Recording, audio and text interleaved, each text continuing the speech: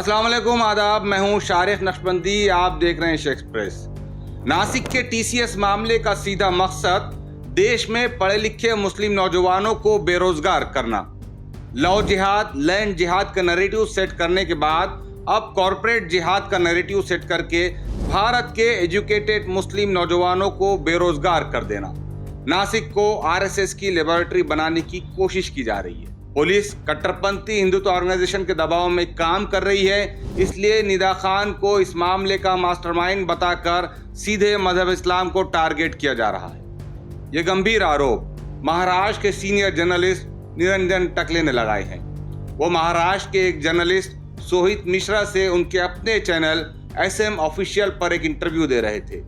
नासिक को आरएसएस की लेबोरेटरी की तरह बनाने की कोशिश की जा रही है। 150 के स्टाफ में 2 या 3 लोग कोई कन्वर्जन का रैकेट नहीं चला सकते। कई हफ्तों तक अंडरकवर पुलिस ने वहां पर इन्वेस्टिगेशन करने के बाद भी उनको ये इस बात का पता ही नहीं चला कि निदा खान एक टेली ऑपरेटर है। उसके बावजूद उसको मास्टरमाइंड बोल दिया।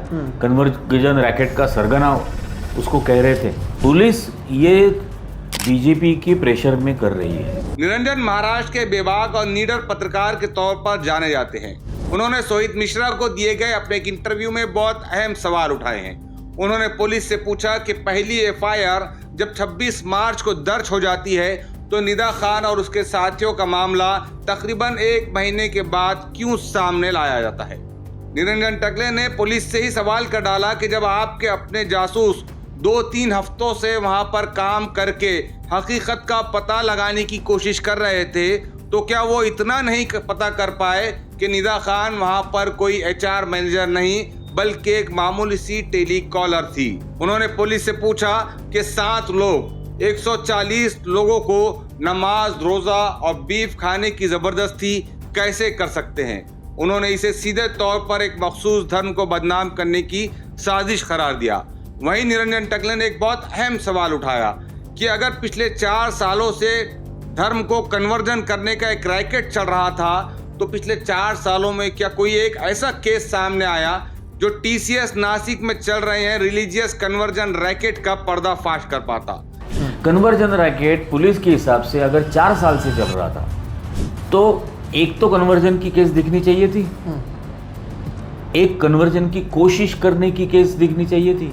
पिछले 4 सालों में एक भी केस वहां पर सामने नहीं आया, तो इससे कहीं ना कहीं ये अंदाजा लगाया जा सकता है कि ये पूरी एक सोची समझी साजिश के तहत एक पूरी प्लानिंग के साथ जो है तो ये फिल्म बनाने की कोशिश की गई है। निरंजन टकले ने सोहित मिश्रा को दिए गए इंटरव्यू में बहुत सारी ऐसी बातें कही है जो आम तौर से लोग नहीं जानते। वहीं सोहित मिश्रा के सवालात भी बहुत जबरदस्त रहे हैं। सोहित मिश्रा ने अपने पॉडकास्ट में, अपने इंटरव्यू में निरंजन टकले से हर वो सवाल पूछा जो एक आम नागरिक के, एक आम हिंदुस्तानी के जहन में होते हैं। तो ये था टीसीएस से मुतालिक एक अहम अपडेट। शुक्रिया।